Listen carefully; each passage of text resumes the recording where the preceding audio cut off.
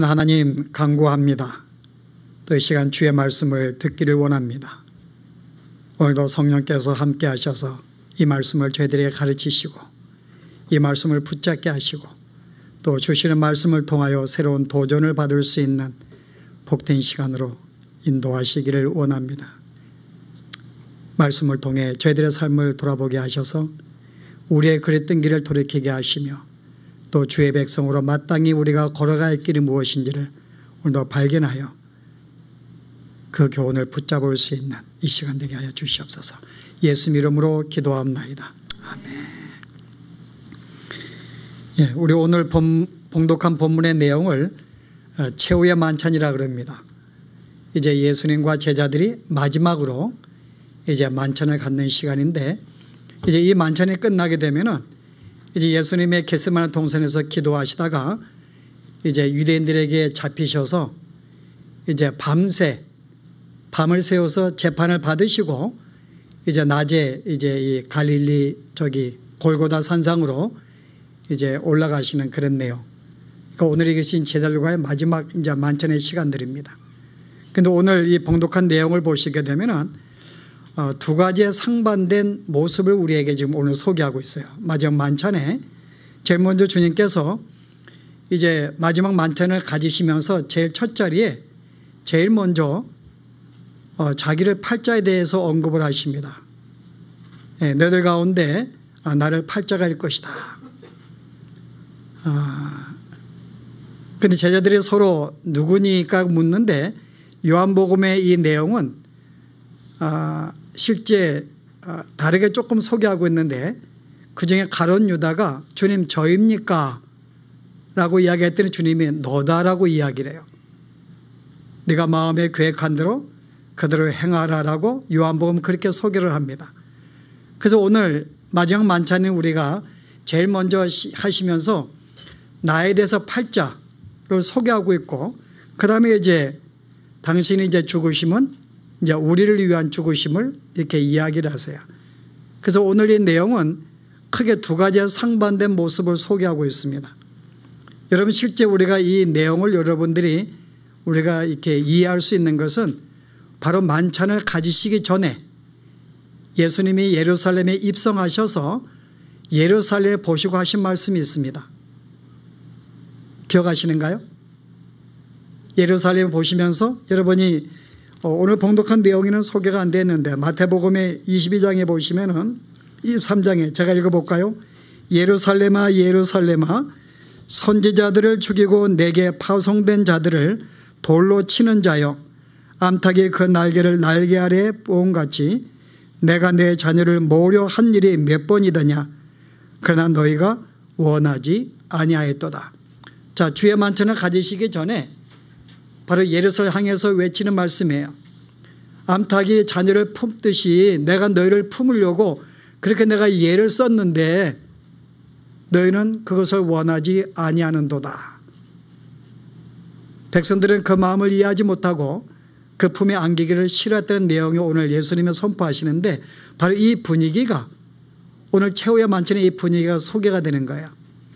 예수님은 끝까지 그들을 위해서 품으시고 그들의 생명을 내어놓고만 여전히 그들은 예수님의 그 마음을 이해하지 못하고 오히려 계속 그 품에서 벗어나려고 했던 오늘 그 모습이 오늘 이 만찬에 소개가 되는 거죠. 그래서 오늘 우리가 이 교훈의 내용을 이해하기 위해서 우리가 두 가지의 상반된 내용의 말씀을 우리가 조금 이해할 필요가 있습니다. 먼저 당신의 몸을 우리를 위해서 주시려고 하는 예수님의 그 모습 먼저 살펴보고, 그 다음에 그럼에도 불구하고 그 날개에서 우리가 벗어나려고 하는 또한 무리들, 우리가 두 가지의 모습. 자, 오늘 최후의 만찬은 그냥 정상적인 만찬이 아닙니다. 마치 공교롭게 6월절 만찬을 가지고 최후의 만찬을 갖게 되세요. 그래서 오늘 예수님의 이 최후의 만찬은 바로 그때부터 이스라엘은 6월절의 시작이라고 이야기합니다. 여러분, 오늘 봉독한 내용이 앞에 보시면은 6월절 첫날에 라고 소개해요. 그래서 예수님이 6월절의 만찬을 가지시고 최후의 만찬을 가지셨습니다. 예수님의 의도가 있죠. 일반적인 일상적인 만찬이 아니라 왜 최후의 만찬을 가지고 당신의 최후의 만찬, 이 유월절 만찬을 가지고 최후의 만찬을 당신이 가지셨는가에 대해서 우리가 좀 이해를 해야 할 필요가 있습니다. 자, 유월절 만찬이 뭘까요? 유월절 만찬은 이스라엘 백성들이 지난 1500년간 매년마다 가져왔던 절기입니다. 자, 1500년 전에 어떤 일이 있었는가 하면은 이스라엘 백성들이 애굽에 식민지로 400년 이상 식민지로 지내고 있었어요. 그래서 하나님이 이제 그들을 구원하여 그들을 가나안 땅으로 인도하려고 계획을 세우셨고 이제 그 계획을 모세에게 말씀하셨습니다. 그런데 모세가 와서 이제 우리의 백성을 풀어달라고 했는데 바로가 말을 듣지 않는 거예요. 그래서 이 바로의 이 왕의 마음을 이제 완화시키기 위해서 애굽에 10가지의 재앙을 내립니다. 그래서 계속 10가지의 재앙 속에서 애굽 사람들의 고통을 당하게 만들어요. 그러나 이 바로의 왕의 마음이 풀리지가 않습니다. 여전히 마음은 완악하였고 이스라엘 백성을 놓아주기를 원치 않는 거예요. 그래서 이제 마지막에 10번째 재앙 때에 이제 하나님께서 이 재앙을 만나게 되면은 바로가 항복을 할 것이고 너희를 풀어주게 될 것이다.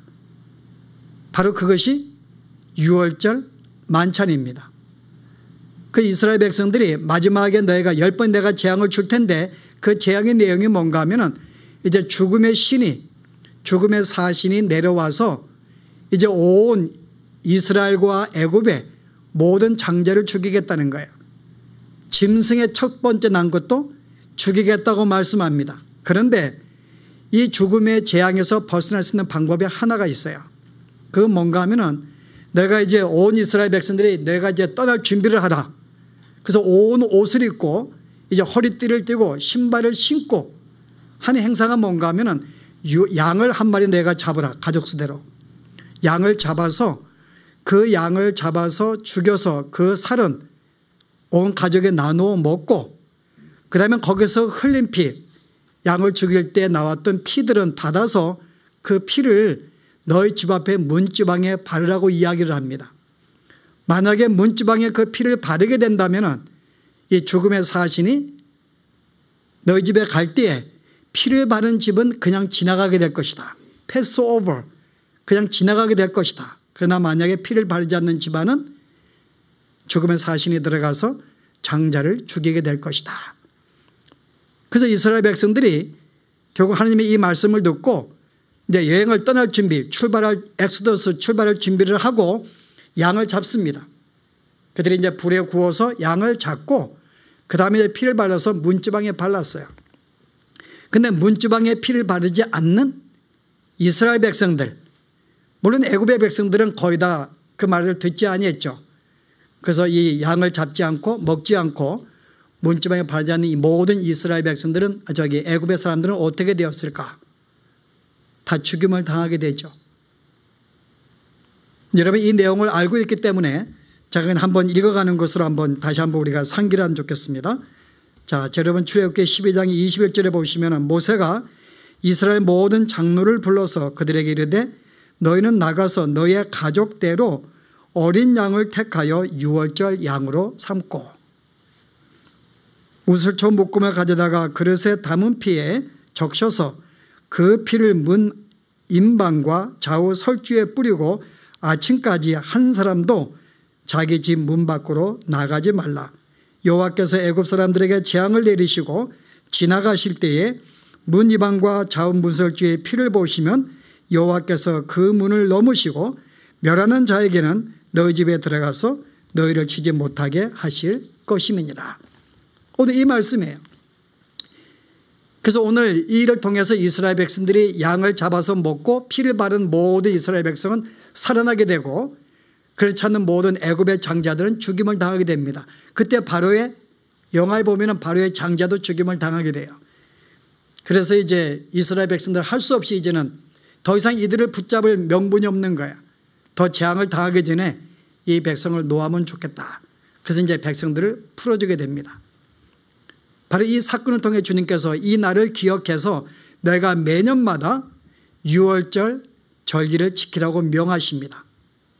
그래서 이 유월절의 의미가 패스오버, 지나갔다 그 말이에요. 마땅히 죽을 수밖에 없는 존재들인데 자기들이 이 양의 피를 문지방에 발랐기 때문에 또 양의 고기를 먹었기 때문에 자기들이 죽음을 면하게 된 이 사실을 기억하면서 지난 1500년간 계속 이 절기를 지켜온 거야. 그래서 이 절기를 유월절 만찬을 먹을 때마다 가장이 이 행사가 무엇인지를 설명을 해요. 바로 우리가 이 양을 우리가 왜 먹는가, 유월절 양을.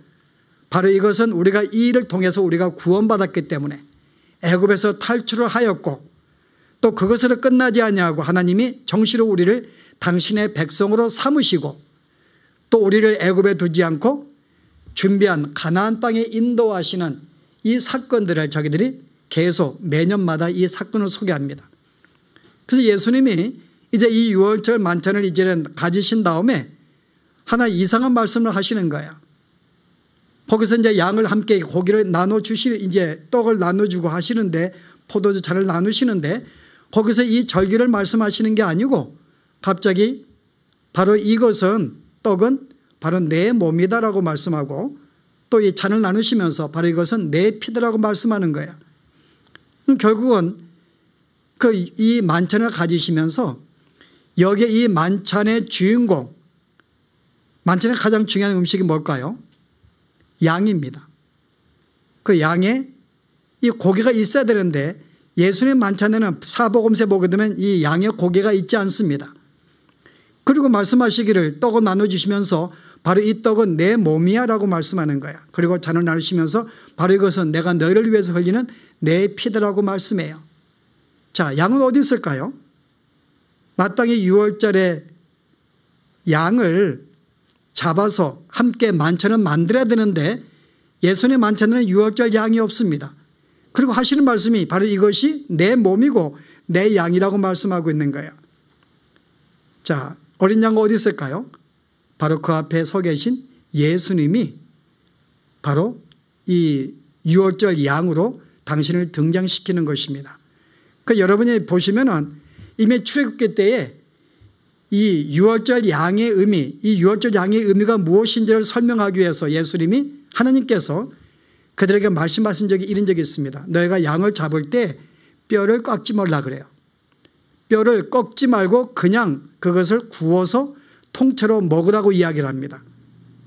제가 우리가 봉독한 말씀에 출애굽기 12장에 40절에 보시면 제가 볼까요? 한 집에서 먹되 그 고기를 조금도 집 밖으로 내지 말고 뼈도 꺾지 말지며. 그 유월절 양은 뼈를 꺾지 않게 돼 있어요. 우리는 보통 요리할 때 뭐 이렇게 팔다가 꺾은 다음에 중요한 부분만 우리가 뭐 삶든지 굽든지 할 텐데 여기는 아무것도 꺾지 말라고 이야기합니다. 자, 무엇을 말하기 위해서 예수님이 십자가 달리실 때에 그의 뼈가 꺾이지 아니했어요. 마땅히 꺾일 수밖에 없는 상황이었는데 이스라엘 이 로마의 사형법은 보통 그들이 십자가에 못 박고 죽은 다음에 거의 이제 죽음을 확인하기 위해서 로마의 병정들이 그 모든 죄인들의 뼈를 꺾습니다. 혹시라도 살아있으면은 그나마 도망가지 못하도록 하기 위해서 죽음을 확인하기 위해서 뼈를 꺾는 것이 그게 규례였어요. 그런데 예수님이 십자가의 죽으심을 그가 죽는 걸 확인하기 위해서 마땅히 뼈를 꺾어야 되는데 예수님의 양쪽에 있는 두 강도의 뼈는 꺾었어요. 죽음을 확인하기 위해서. 그런데 예수님의 뼈는 꺾지 않고 한 로마 병사가 옆구리에 창을 찔러서 피가 쏟아지는 걸 통해서 아가 죽었구나를 확인했습니다. 왜 예수님 뼈를 꺾지 아니했을까?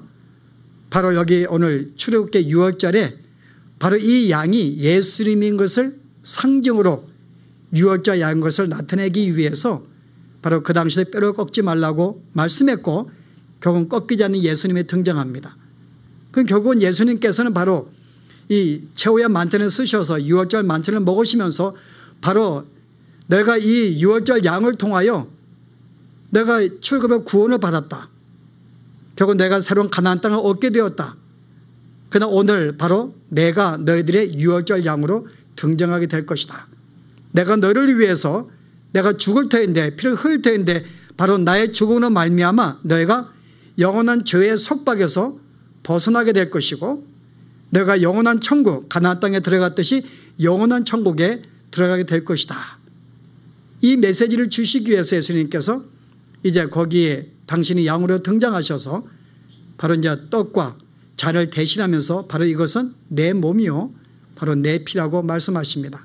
그 예수님의 말씀은 바로 내가 이 땅에 온 목적이 무엇인가를 이제 마지막 만찬이기 때문에 마지막으로 하신 말씀이 무엇일까? 내가 이 땅에 왜 왔는지, 내가 내일 내가 왜 죽어야 되는지를 이제 설명하시는 시간이에요.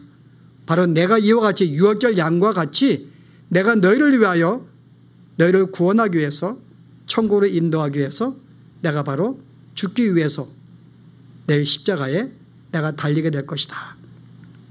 그렇게 말씀합니다. 그래서 예수님이 결국은 우리에게 오신 이 목적이 우리를 품으시기 위해서. 그래서 오늘 예루살렘은 뭐라 그래요? 예루살렘아 예루살렘아 마치 암탉이 자기 새끼를 품듯이 내가 몇 번이나 너희들을 품으려고 하였는데 너희가 원하지 아니하였도다. 그 수년 전에 그 옐로스톤, 캘리포니아 옐로스톤 거기가 지금 불이 났어요. 기억하신지 모르겠는데 그때 이제 이 불이 난 화재를 조사하기 위해서, 왜 불이 난 조사하기 위해서 많은 거기에 이제 사람들이 거기에 파견이 되었는데 한 사람이 이제 그 불탄 곳을 조사하다가 보니까는 하나의 그 새가 완전히 불에 타가지고 죽어서 돌처럼 굳어 죽어 있는 거예요. 그 이 사람이 안타까워 가지고 이 나무를 가지고 건드렸어요. 근데 갑자기 그 건드렸는데 그 이 돌같이 굳어 있는 이 새가 쓰러지면서 그 안에서 새끼 새들이 3마리가 뛰쳐나온 거예요. 바로 예수님이 그 말씀하는 거예요. 내가 너희를 내가 품었다는 거죠. 내가 너희를 살리기 위해서, 내가 너희를 구원하기 위해서 내가 이와 같이 내가 십자가에 죽는 것이야. 그렇게 내가 품으려고 했는데 근데 오늘 그 다음에 어떤 불의가 나온다고요? 거기는 제자들은 이것을 이해하지 못했어요. 예수님의 이 만찬이 무슨 뜻일까? 왜 갑자기 당신이 떡을 주시면서 내 몸이라고 말씀할까? 지난 예수님의 3년간 그렇게 말씀했음에도 불구하고 실은 제자들은 그 내용을 이해하지 못했어요. 왜 잔을 주시면서 이것을 왜 당신의 피라고 말씀하실까? 그것을 이해하지 못하고 있는 제자들. 게다가 그것으로 끝나지 않고 바로 한 사람은 예수님을 팔려고 이제 작정하고 그 만찬에서 빠져나갑니다. 원래는 이 유다가 명절에 예수님을 팔려고 계획한 건 아니었어요. 앞에 보시면 내용 나오죠. 우리가 명절에는 예수를 죽이지 말자. 왜냐하면 그때는 수많은 유대인들이 모였는데 그때 한결같이 예수의 소식을 듣고 그 어떤 기사와 이적을 체험하면서 많은 무리들이 예수님을 따랐기 때문에 만약에 명절날 예수를 죽인다면 이 사람들이 폭동을 일으켜서 우리가 어려움을 당할 것이다. 그러므로 6월절이 끝난 다음에 우리가 예수를 우리가 죽이자라고 결정을 했어요. 그런데 실제 6월절 양을 잡는 날에 예수님이 죽임을 당하게 됩니다. 비록 인간들이 자기들의 모든 계획을 그렇게 세웠음에도 불구하고 하나님은 바로 예수님의 이 죽으심을 6월절 양으로 비유하기 위해서 그들의 계획과는 달리 6월절 날 예수님이 죽게 된 거죠. 그 왜 그런가 하면은 실은 가룟 유다도 예수님을 팔 계획은 이때가 아니었어요. 그런데 예수님이 뭐라 그랬어요? 너희 가운데 나를 팔 자가 있다고 말씀하니까 제자들이 납니까 그랬더니 유다도 가만히 있을 수가 없잖아요. 주님 납니까 그러니까 주님은 너더라고 이야기하니까는 이 일을 진행하지 않을 수가 없는 거예요. 들켜버렸기 때문에. 그래서 급하게 나가서 그 이야기하였고 바로 그날 밤에 예수님이 잡히게 되는 거죠. 비록 인간이 자기의 계획이 있다 할지라도 하나님은 당신의 뜻대로 당신의 계획대로 이제 예수님이 죽으시게 되는데 여기에 가룟 유다 누굴까요 여러분? 가룟 유다. 여러분 이름이 유다라는 말이 여러분이 생각이 안 나는가요? 예수님이 지금 이 최후의 만찬을 가지시기 전에 예루살렘을 향하여 예루살렘아 예루살렘아 내가 너희를 품으려고 했는데 닭이 새끼를 품듯이 여기 예루살렘은 어디의 수도입니까 여러분? 유다의 수도 유다. 당시 유다 유대인들의 수도입니다. 그 실은 여기 예루살렘의 그 말은 바로 이스라엘 유다야 유다야 그 말입니다. 결국은 온 이스라엘 백성을 향해서 선포하고 있는 말씀이에요. 당신의 백성을 향하여 유다야 유다야. 그 여기에 유다가 등장하는 것은 우리가 우연이 아닙니다. 바로 이 유다는 당신이 그렇게 그를 위해 죽으려고 했던 이 모든 사람들 바로 이들을 위해 당신이 죽으려고 하는데 여전히 그들은 거기에 속하기를 원하지 않는 무리가 등장한 거죠. 자, 오늘 여기 가룟 유다가 지금 예수님을 팔려고 뛰쳐나갔습니다. 자, 이가 예수님을 왜 팔려고 했을까요? 오늘 이 유다는 결국은 우리를 향하고 있는 말씀인데, 당신을 대적하고 있는 예수님이 온 인류를 품으시고 죽으시 이 땅에 오셨는데 결국은 그것을 이해하지 못하고 오히려 예수를 팔았던 온 인류를 향하신 말씀인데요. 자, 여기에 유다가 왜 예수님을 팔려고 했을까요? 자, 여러분이 우리가 뭐 그 진정한 내용은 우리가 여러 가지 추측할 수 있지만은 바로 이 만찬 앞에 예루살lem에 예수님이 입성하셔서 하신 후에 베다니에 동네 가셨어요. 자, 거기서 이제 만찬을 거기 문등 이제 베다니가 이제 누구죠? 시몬이 이제 잔치를 베푸는데 거기에 마리아가 향유를 붓습니다. 300데나리온. 우리 지난주에 나눴던 말씀인데 그때 사람들이 책망했어요. 야, 이 비싼 것을 만약에 팔아서 가난한 자에게 주었으면 얼마나 좋았을까. 근데 그것을 예수님에게 허비해? 라고 이제 그 무리들이 이제 이 마리아를 꾸짖는 장면이 나오는데 거기에 이것을 가난한 자에게 나눠 주었으면 더 좋을 뻔하였다고 말한 자가 누구였을까 여러분? 성경에는 유다라고 소개를 해요. 유다. 여러분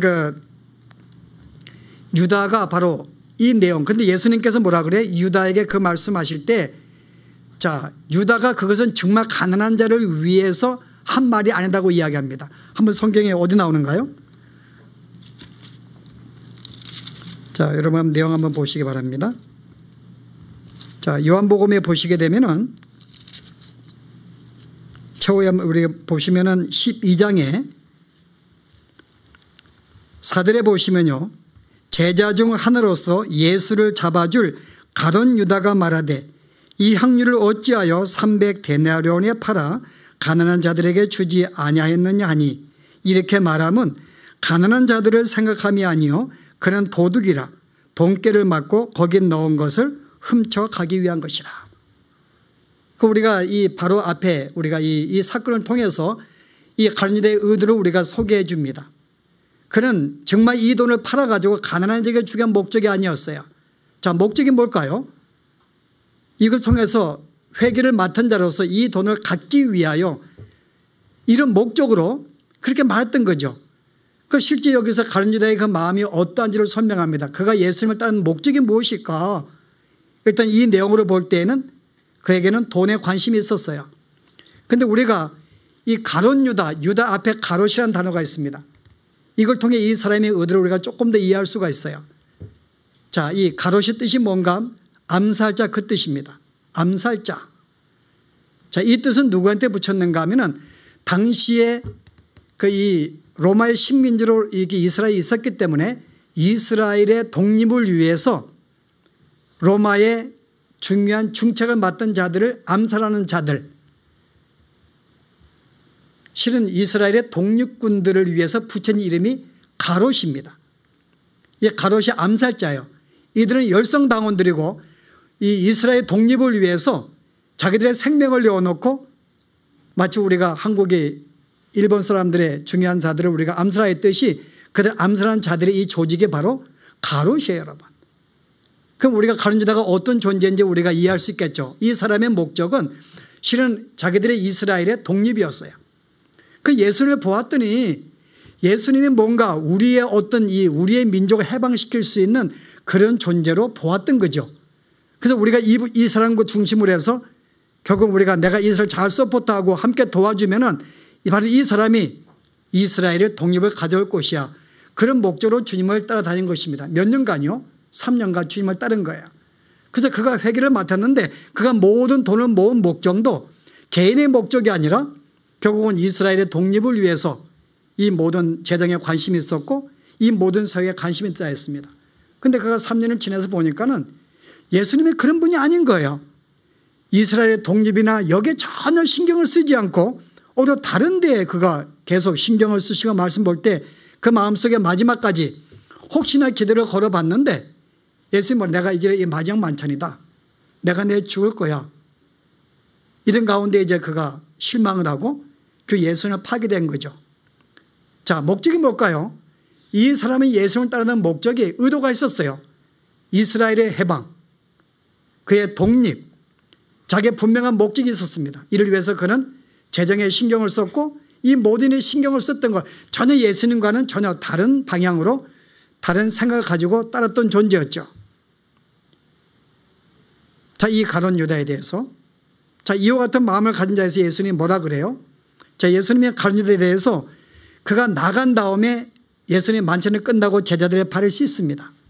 그리고 이 가룟 유다에 대해서 이런 말씀을 하세요. 여러분 보실래요? 요한복음에 어떻게 말씀하고 있는지.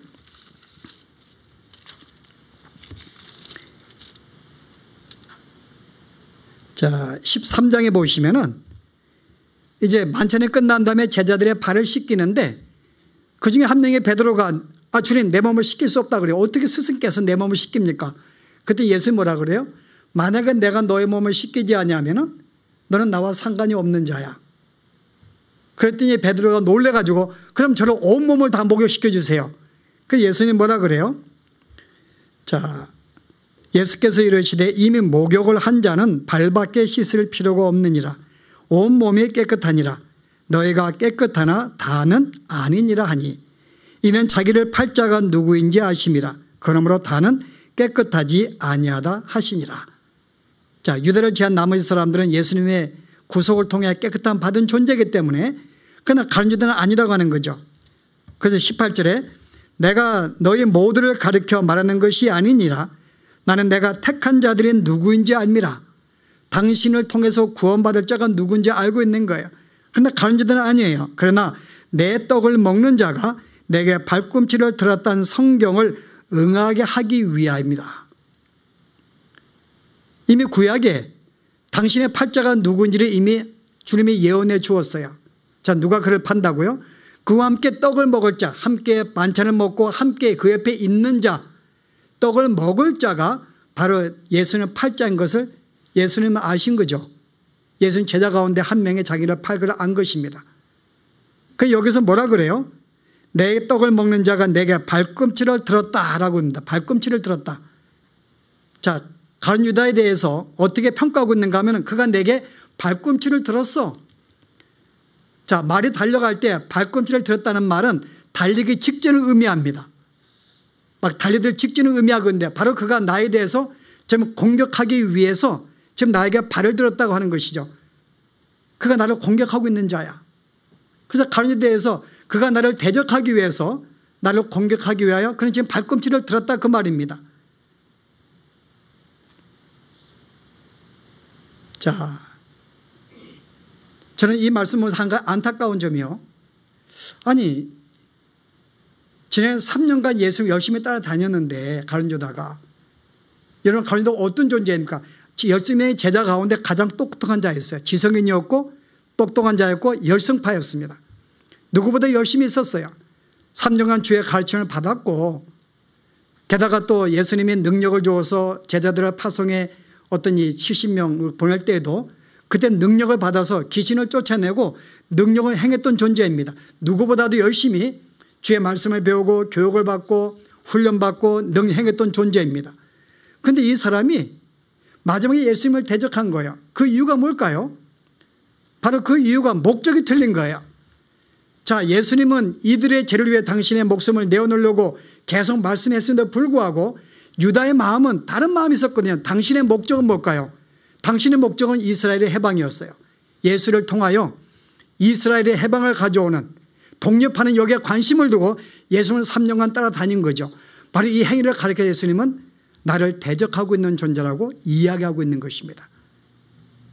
오늘 이 안타까움에 대해서, 그래서 오늘 저는 이 가룟 유다에 대해서 참 주님이 오늘 우리를 위해서 십자가에 죽으신 것, 우리 그걸 위해서 오셨고 계속 하셨습니다. 그런데 안타까운 것은 바로 그런 가운데 모든 자가 구원을 받은 것은 아니라고 하는 거죠. 그와 함께 3년과 함께 다녔음에도 불구하고 이 구원에 속하지를 못했어요. 오히려 주님을 발꿈치를 들은 자, 주님을 대적한 자로 등장하고 있다는 것입니다. 저는 그래서 오늘 이 말씀이 예수님의 이 마지막에 이 모습을 최후의 만찬을 가지시면서 얼마나 찹찹했을까. 내가 너를 위해 죽으려고 이 땅에 왔지만 여전히 그래도 불구하고 나에게 대적을 하며 나를 공격하는 자가 대해서 그는 구원의 반열에서 그는 떨어진 거예요. 차라리 나지 아니었으면 좋을 뻔했는데, 근데 바로 그 자가 누구인가 하면은 예수를 3년간 따라다닌 제자였다고 하는 거죠. 그 저는 우리가 최후의 만찬의 의미를 이해하고 있고 저는 알기 때문에 제가 이 말씀을 제가 논하고 싶지 않습니다. 오늘 저는 어디에 초점을 두고 싶은가 하면은 예수님께 3년간 따라다녔으나 불구하고 예수님께 버림받은 자에 대한 삶에 대해서 오늘 함께 나누고 싶은 마음이 있어요. 여러분, 이 말씀을 가지고 설교한 자들의 신앙의 선배들이 있었는데 그중에 이 찰스 스윈들이 아니고요. 그 영국의 설교가 누구죠? 스폴전 목사님. 예, 스폴전 목사님. 그 다음에 미국의 또 하나의 무디 목사님. 이 두 명의 여러분의 설교 가운데 보면은 이분들이 한 설교가 이 본문을 가지고 설교를 했는데 둘 다 이런 내용을 소개합니다. 한참 설교한 다음에 주님, 혹시 내가 가룟 유다가 아닌지요? 내가 주 앞에 지금까지 열심히 쓰임을 받은 후에 나도 혹시 마지막에 가룟 유다와 같이 주 앞에 버림받은 존재가 아닌지요? 라고 스폴전이 그 설교 가운데 그 내용을 전합니다. 근데 무디 목사님도 그렇게 이야기하셨어요. 내가 이렇게 열심히 주 앞에 쓰임 받은 다음에 혹시 내가 가룟 유다와 같이 내가 버림받는 존재가 아닌지요? 물론 그들의 고백은 자기들의 구원이 확신이 없다고 생각하지 않아요. 이 두 분은 저는 이 찰스 스폴전은 이 예정주의자이기 때문에 이미 만세전에 구원받은 존재인 걸 그런 확인한 존재입니다. 그런데 그럼에도 불구하고 왜 이와 같은 말을 했을까? 저는 이 말씀 부석에서 이 스폴전 이 목사님은 자기가 분명히 구원받은 것을 확실함에도 불구하고 항상 자기의 신앙을, 자기의 구원을 확인하고 살았다는 삶에 대해서 의미가 있다는 거죠. 항상 점검을 했어요. 혹시 내가 여러분, 이와 같은 존재가 사도 바울도 마찬가지입니다. 사도 바울도 열심히 그가 복음을 증거했고 열심히 주 앞에 충성하였는데 그가 항상 내끼는 말씀이 있었어요. 항상 되새기는 말씀이.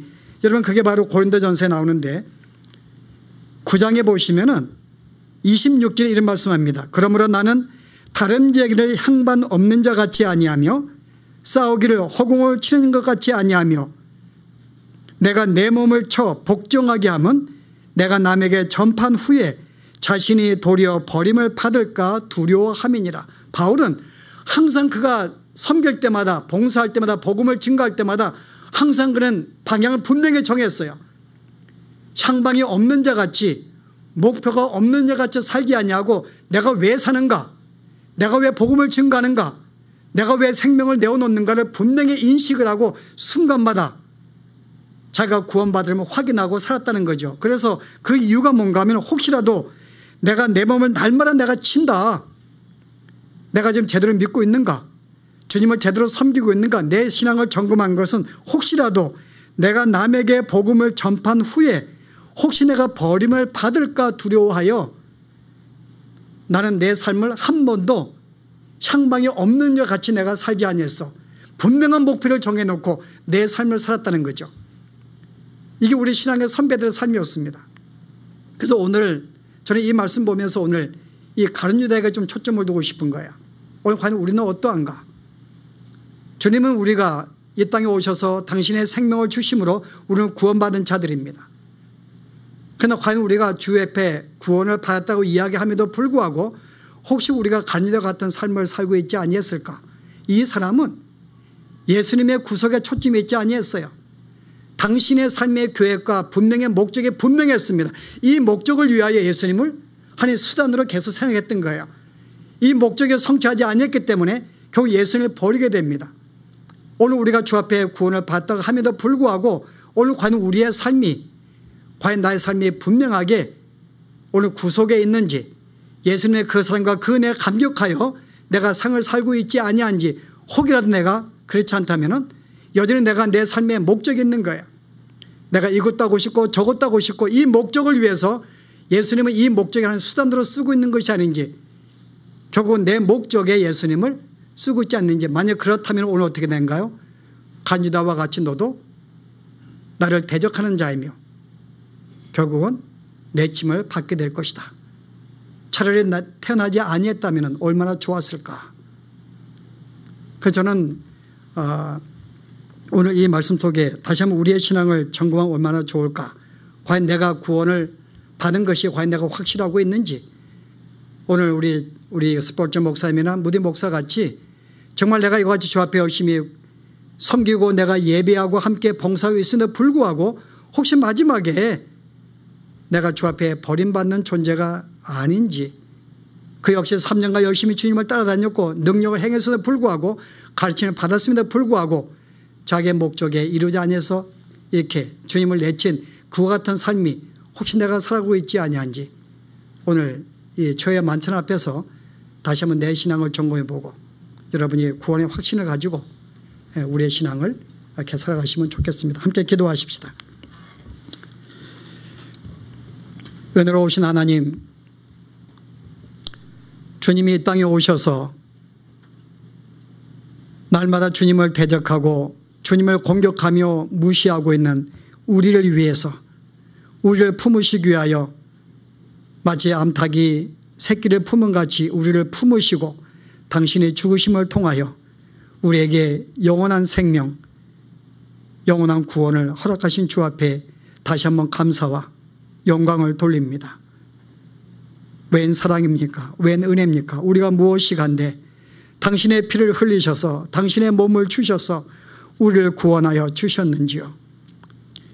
우리가 이제 주님으로 말미암아 영원한 구원을 받았사오니 우리가 이 사실을 잊지 아니하고 늘 주 앞에 감사하게 하시고 감격하게 하시고 우리가 받은 영원한 생명이 얼마나 놀라운지를 생각하며 기뻐할 수 있는 저희들의 삶이 되도록 인도하여 주시기를 원합니다. 그러나 오늘 다시 한번 이 말씀 앞에서 이 만찬을 행함에도 불구하고 이것을 이해하지 못하고 참으로 주님을 팔았던 가룟 유다, 오늘 이것이 우리의 모습이 아닌지 다시 한번 돌아보기를 원합니다. 그가 3년간 주님을 따라다녔고 3년간 열심히 주 앞에 배움받았으며 능력을 행하며 기도하며 역사를 행했음에도 불구하고 마지막에 자기의 목적이 아니었던 것을 통해서 주님을 버린 것이 혹시 우리의 삶이 아니었는지, 과연 나의 관심과 나의 생각이 어디에 있는지, 내가 진실로 주께 구원받은 자로서 내가 천국에 소망을 두며 이 땅에 나그네의 삶을 살고 있는지, 내가 그 천국을 내가 사모하며 살고 있는 것이 우리의 삶인지, 내가 구원받았기 때문에 이 순간도 내가 내 이웃을 위하여 받은 사랑을 함께 나누며 섬기는 삶, 분명한 구원의 목적을 가지고 이 땅을 살아가고 있는지 다시 한번 저희들로 돌아보게 해주신 하나님, 이제 우리가 받은 구원을 헛되지 아니하도록 구원을 분명히 붙잡고 이 땅을 살아가게 하시고, 혹이라도 여전히 주님을 믿는다 하면서도 여전히 자기의 목적과 자기의 계획을 성취하기 위하여 주님을 도구로 쓰는 삶이 저들 가운데 있지 아니하도록 다시금 저희들의 은혜를 주시고 붙잡아 주셔서 오늘 여기 모인 사랑하는 주의 모든 사랑하는 백성들 어느 한 명도 낙오되지 아니하고 모두가 영원한 주의 품에 안길 수 있는 영원한 구원을 얻을 수 있는 저희들의 삶이 되도록 축복하여 주시옵소서. 예수님 이름으로 기도합나이다.